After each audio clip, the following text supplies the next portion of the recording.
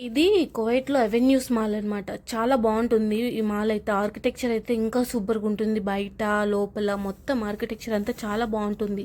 లోపల కూడా వ్యూ మొత్తం చాలా బావుంటుందనమాట.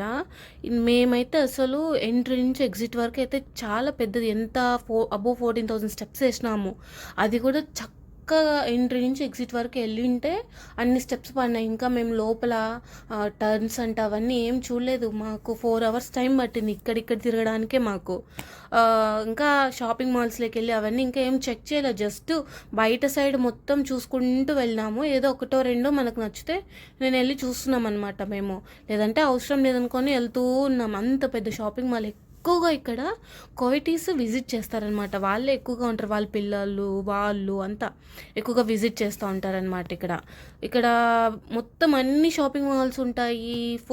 ఫుడ్ రెస్టారెంట్స్ ఉంటాయి. పైన అయితే మూవీస్ ఆడుతూ ఉంటాయి అనమాట. పైన ఫ్లోర్ మొత్తము అక్కడ కూడా రెస్టారెంట్స్ ఉన్నాయి మొత్తం అనమాట. కింద ఫ్లోర్లో మొత్తము షాపింగ్ మాల్స్, రెస్టారెంట్స్ ఇంకా అవే మ్యాక్సిమం అన్నీ అవే ఉన్నాయి. పైన మాత్రం మూవీ థియేటర్స్, రెస్టారెంట్స్ అవి ఉన్నాయన్నమాట.